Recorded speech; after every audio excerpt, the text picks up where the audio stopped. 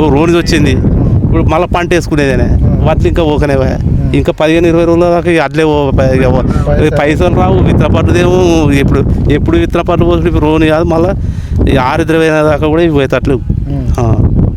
ఇప్పుడు రోని మురకసల వచ్చేది ఇక నెల, ఆ నెల దాకా నిర్లక్ష్యం చేస్తారు కాంగ్రెస్ నిర్లక్ష్యం ఉంది. ఇక దానికి లేబర్ను సరే పంపించలేదు, సారే ఉంటాడు మొత్తం మీ ఒక్క ఇద్దరే కూడా కొంటామంటారు, కానీ కొనేది లేదు.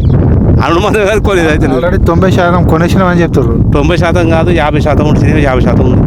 ఇప్పుడు సగం అంతే, సగం అయినాయి, సగం కాలేదు.